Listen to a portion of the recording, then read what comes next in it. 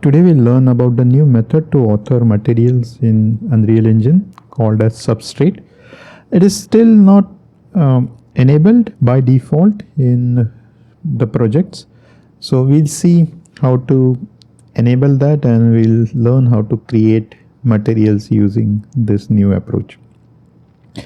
Before we do that, let's see how normal materials are made, or legacy materials as we'll call them are made, and we'll also see how the legacy materials translate to Substrate. And then later we will see some basics of substrates. Hopefully this should be a good starting point for you to learn about Substrate. So let's create a new project, and I'm going to call it Substrate tutorial, and let me click on create. So here we are.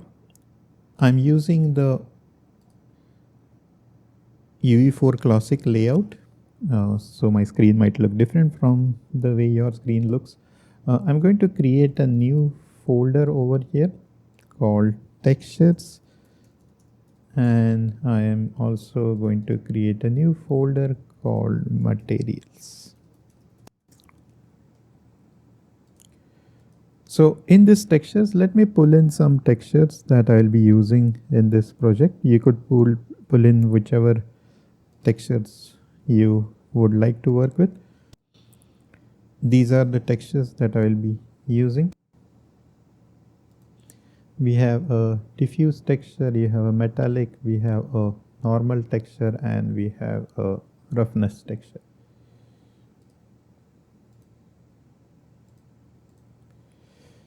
So using this texture, I am going to create a simple material. Material m underscore legacy material A, and let me open that. I'm going to pull in the textures from here. So my base color, metallic, normal, and roughness, let me drop it over here, and let me connect them to the appropriate pins in the result node. So this is what we are used to. This is the metallic one, this goes to roughness, and this will now go to the normal map. And that's it. This is our material done. Let's see it with the box. This is how it looks, and we are happy with it. Let me also create one more material to show certain aspects of the conversion process from legacy materials to Substrate. And let me create a material. In this case, I will call this m underscore legacy material B. This will be a simple material.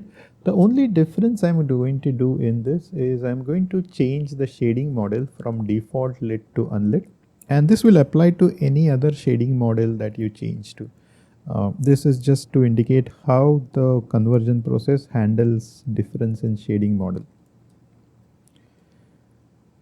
I am going to pull in one of the textures over here, and let's connect this to MSO. This being an unlit model, you should see that the texture looks like this without any shading. So that's it. We are done with our legacy models. This is hopefully something that you're very familiar with. And what we are going to do is we are now going to convert our project into a Substrate project.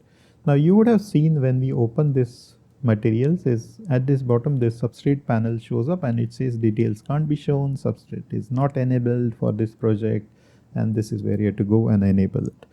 Okay, so we'll go to the project settings window and we will enable Substrate. Let's close this, edit, project settings. Let's look for Substrate. and here you should see some checkbox that need to be checked to enable Substrate. So let me click on this and you'll get a warning saying Substrate is in beta state. Be aware that materials when saved when Substrate is enabled won't be rendered correctly if Substrate is disabled later on. So it's a one-way street. You can convert legacy materials into Substrate, but if you try to convert them back, it doesn't work and you have to manually fix those materials. So let's say okay. Let me also check in these other boxes which give us additional properties in Substrate, and now I'm going to restart. Now this is going to take quite some amount of time, so I will be back once the shader compiling is done. And we are back. Now let's open the legacy materials that we created and let's see how the conversion from the legacy materials to Substrate was handled by Unreal Engine. So let's open this. And here you will see that the chart definitely looks different. We earlier just had one result node. Now we have a bunch of things. I'm just going to clean this up a bit.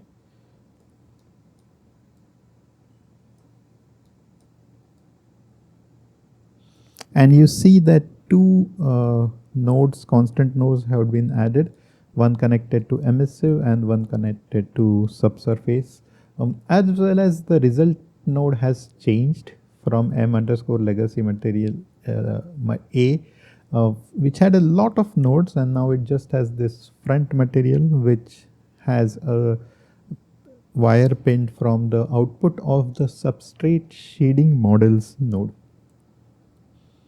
So this has been automatically handled. The Substrate panel which we saw, which I was showing an error message, now shows a lot of stuff over here.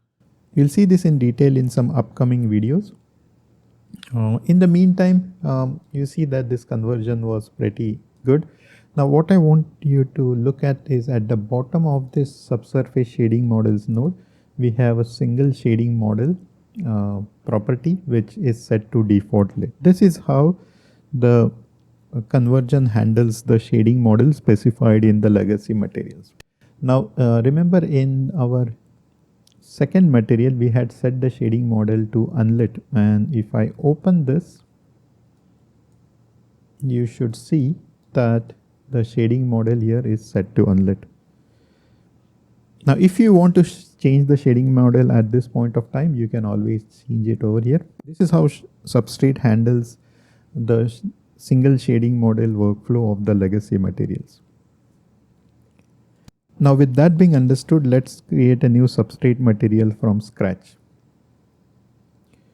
Now if you observe this legacy converted material, this has a Substrate shading models node over here. When we create our new material from scratch, we won't be using this node. Instead, we will be using the concept of slabs in Substrate.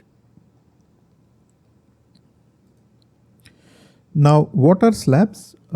Materials in Substrate are conceptualized as slabs of matter, and these slabs will be used in the material graph on which operations like mixing and layering will be performed. Let's see this with an example. So let me create a new Substrate material. The workflow is very similar to how we used to create legacy materials. If I click on material, it creates a material node. I am going to say m_substrate material A, and let's open this and let's see how this looks. And you would see that instead of the Substrate shading model node that we had in the converted materials, here we have a Substrate UV4 default shading node. Now this has been made as a transition node so that it just becomes easy for anybody who is used to the old workflow to be able to quickly adopt the new workflow. And this is how generally the workflow would go if you are in the transition mode. So I'm going to drag in these materials, these textures over here. and let me connect them.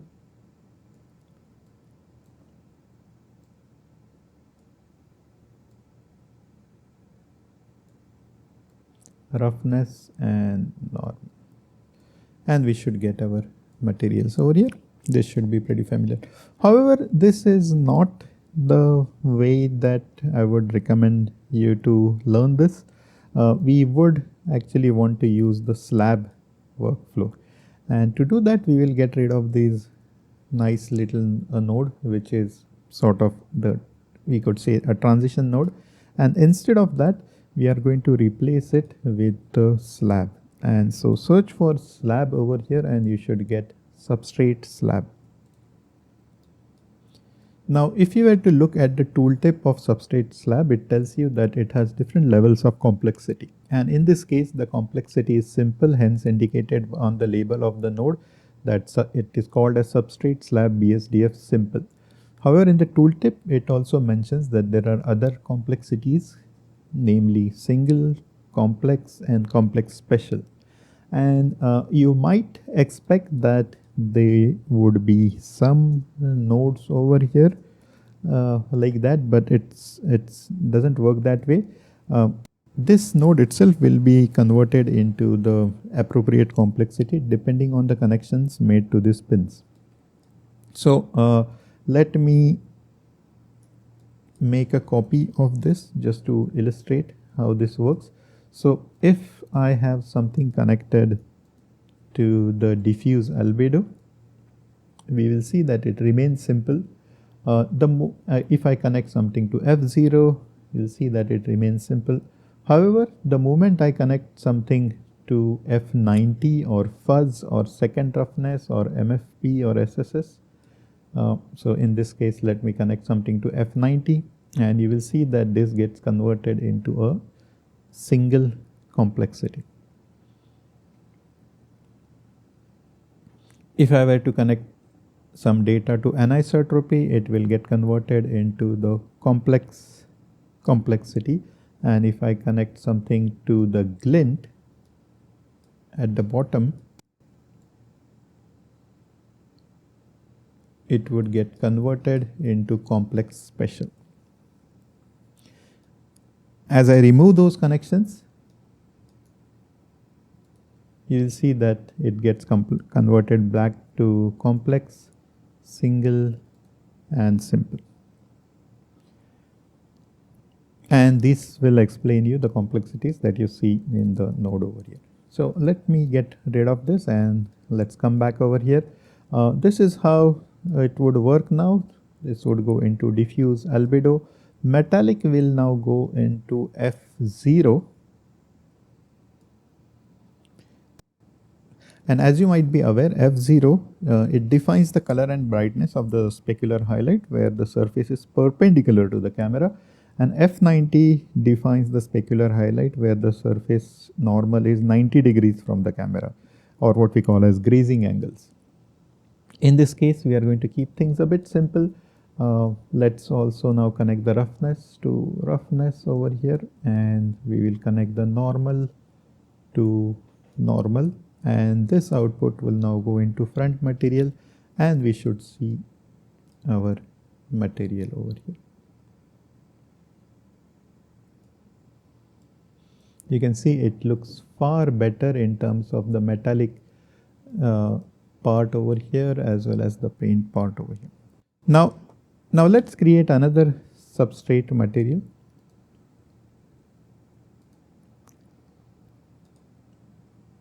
And I'm going to create a slightly complex material to showcase a few things. So let's go into material. Let's call this M substrate material B. Save all. Let's open this. I'll obviously get rid of this, and I will add a substrate slab. Let's connect this over here. Okay, So let's start by giving some values over here. Let me give a value of 0 to diffuse albedo, and let me make this a bit shiny by setting this value of f0 to 1. Now we will connect a value to this glint density, and let me set that value to 6. Let us add a texture coordinate,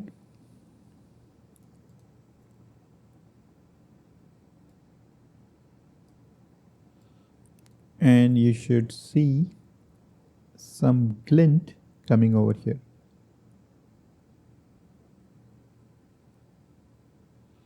There we go.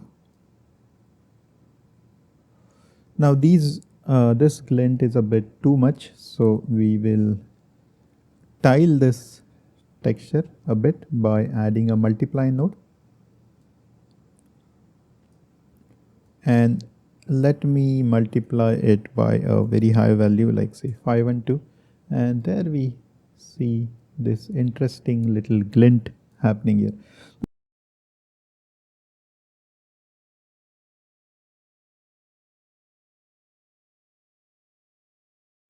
You will see for this node over here in the details panel, we have the subsurface profile and the specular profile. The specular profile is pretty interesting.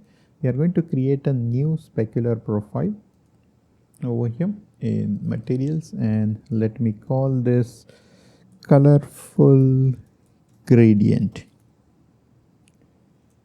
specular profile. Now if we were to open this, we can set colorful gradients over here, and the specular, instead of being a single colored specular, we will get a very interesting color variation. So let me just go over here and pick up some colors.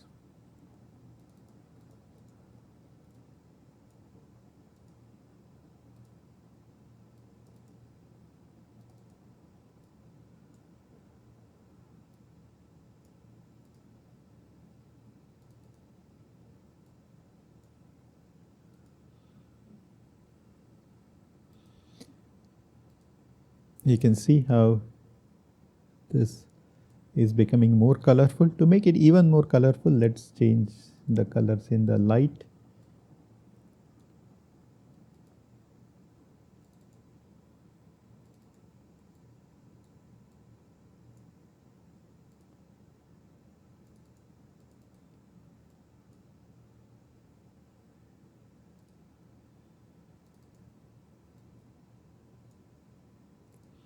And if we were to see this now, ooh, look at that,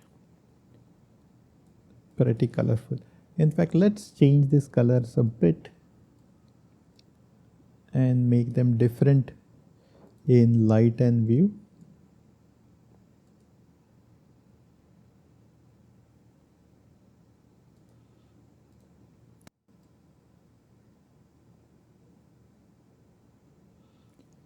So we have a pretty interesting looking object over here.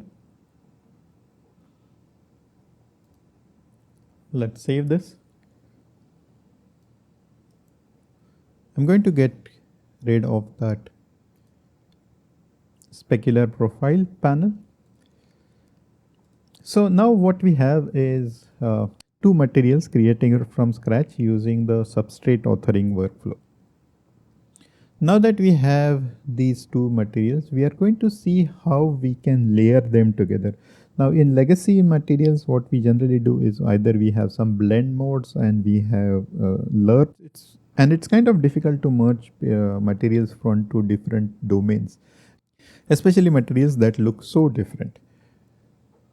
Now let's create a new material where we would layer this substance material A and substance material B on top of each other.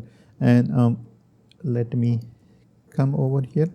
Now there are two ways of layering these materials. One, what is called as horizontal blending, and the second is vertical layering.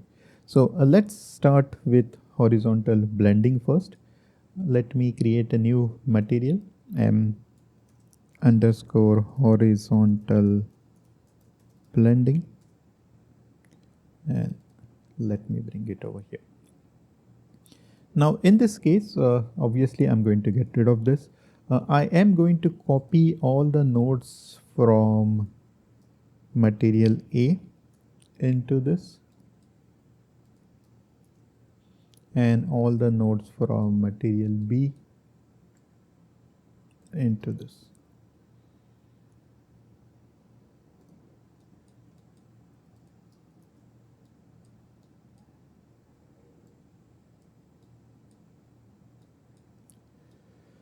Now we are going to layer these two materials.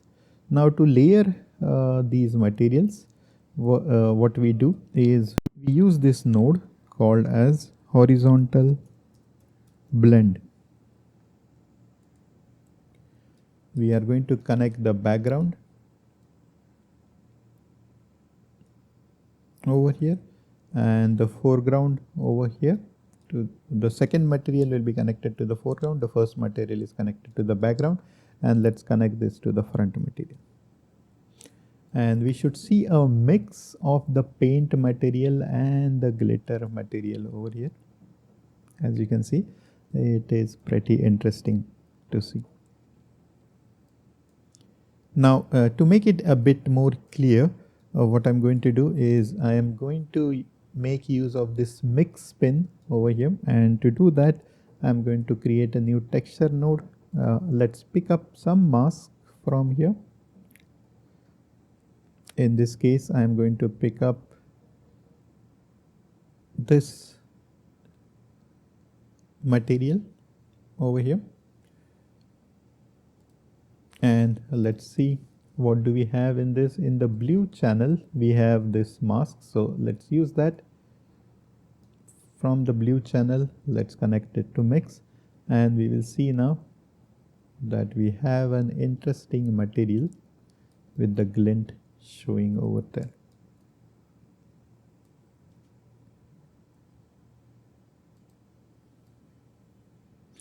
So this is very much like LURP, but you can have materials from completely different domains merging together or blending together. Now let's see a different way of blending materials together, and this is through the method of vertical layering. And to do that, let me create a new material called as M substrate M vertical layer. Let's open this.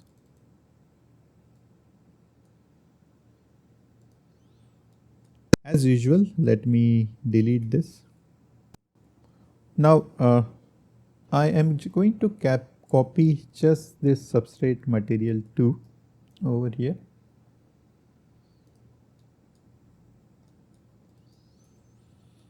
And I'm actually going to create a new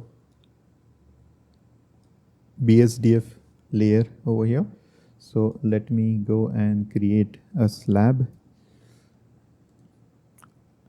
Let us give it certain values. So let's set the diffuse to black. Let's set the roughness. Let's make it very shiny. Make it something like 0.1.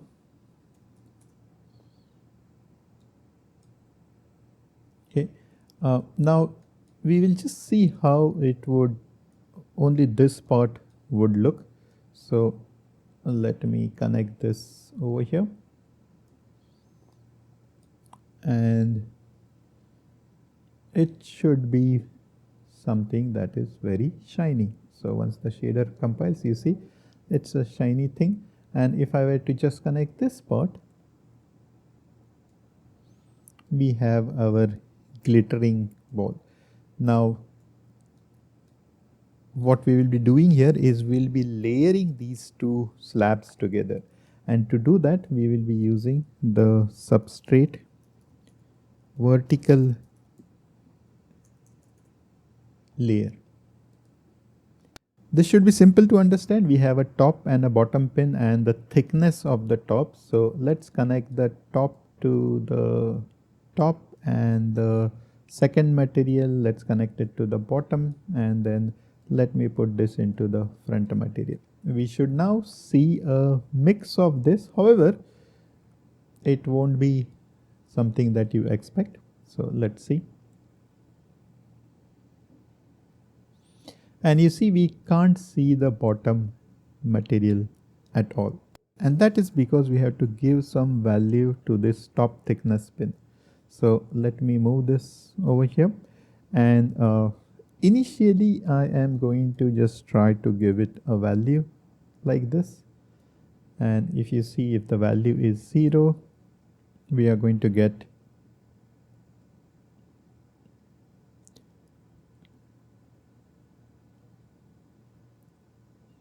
this as black, and if the value is 1,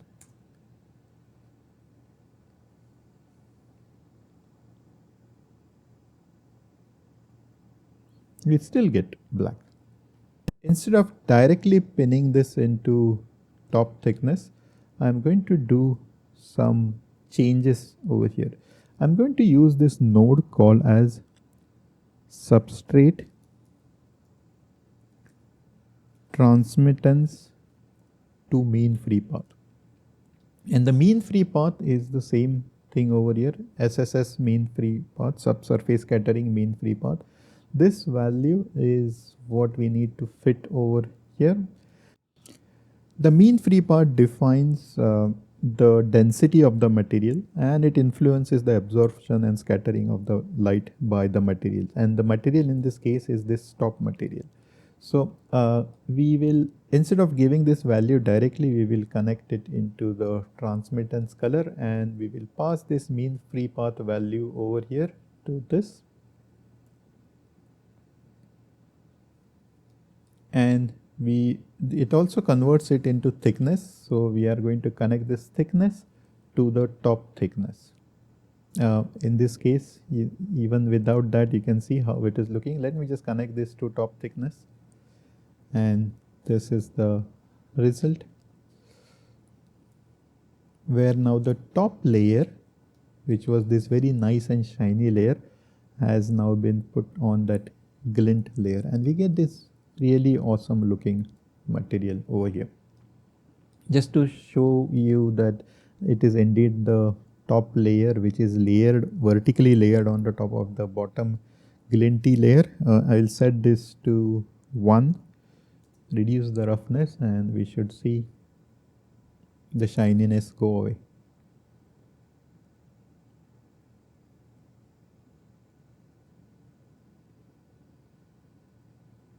There we go.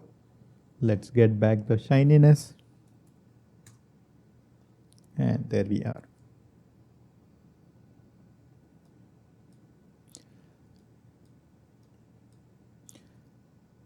If you just want to make this look a bit more interesting, we could use a texture node.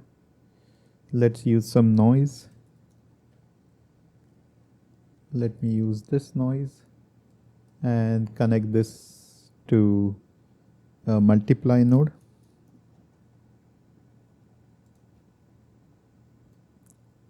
Connect these two together and then pass it to the transmittance, and we should have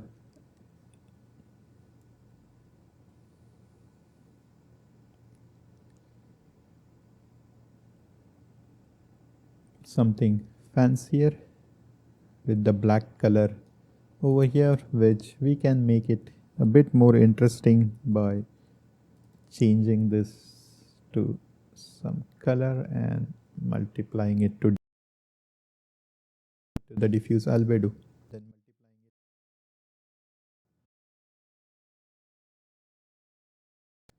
it. Look at that.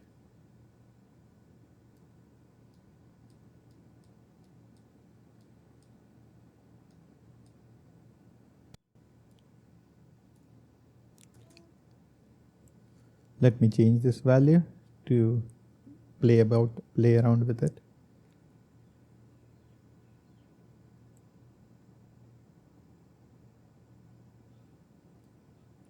There it is fully cloudy, and if I change this to say something like 3,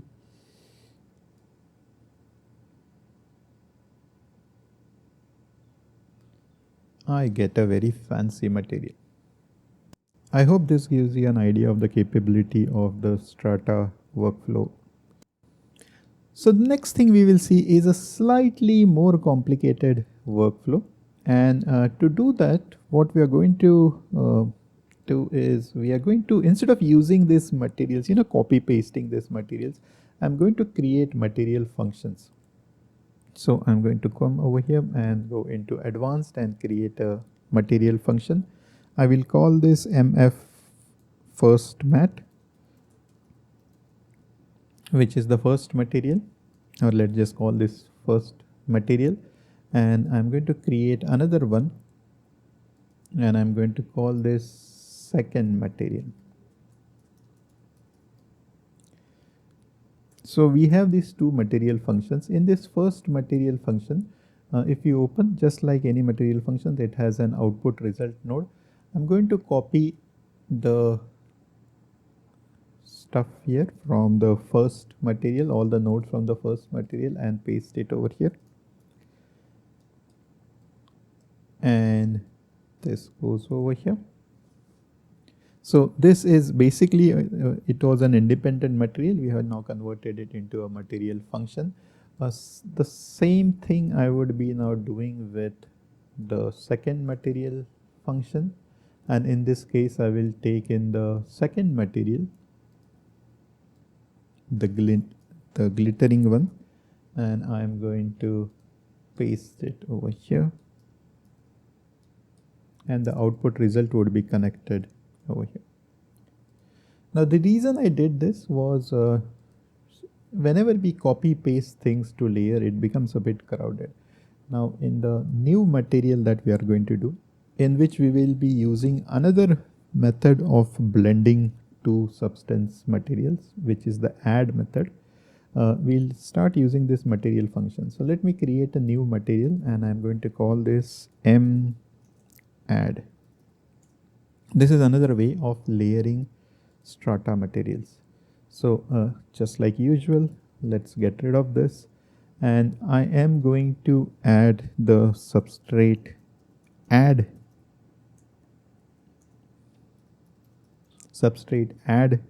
node, and you see that it also has A and B. However, it does not have a mix node. So it's very similar to the blend node, background, foreground, and mix over here, horizontal mode, or the vertical layer mode that we saw, which has a top, bottom, and top thickness. However, it doesn't have a mix or a thickness node over here. What we will do for this to work is we are going to use this material function node for the first material and the material function node for the second material, and we are going to connect this. Now because there is no mix node, we are going to get unexpected results. This is 50-50 additive mixing, so you can see some glitter on the sides as well as the paint over here. Now if you want to mask certain areas of the mixing, instead of having a mix node over here, we will actually have a substrate coverage weight node. The substrate coverage weight node, and this is how it works. We pass it over here, and we can now apply a weight to it. I'm just going to make a copy of this and also connect it to the second material, and we will create a texture. I'm going to pull the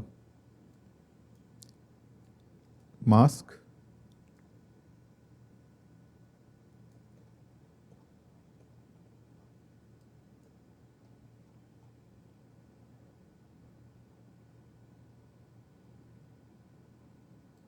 node over here, and the blue will be going into the weight.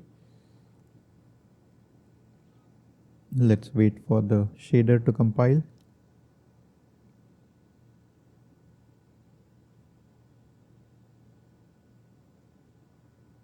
And you can see that we have this nice blending over here. We will also add the weight over here. So we will invert the mask over here using the 1 minus x node and connect it, and we should see a much stronger mask. There we go, looking pretty good.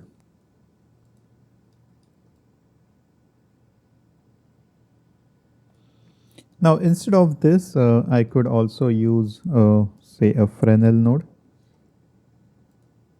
with value of exponential 1, and let's keep this 0. This is fine. Let's see, we might tweak it as needed.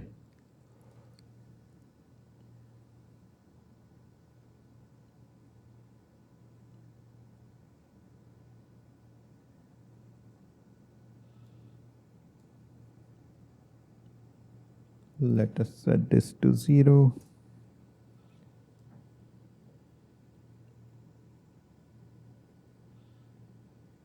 You can see the paint showing up on the edges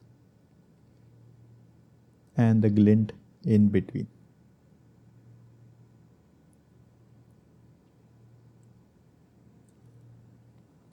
So this is how the Strata workflow is. I hope you learned a few things.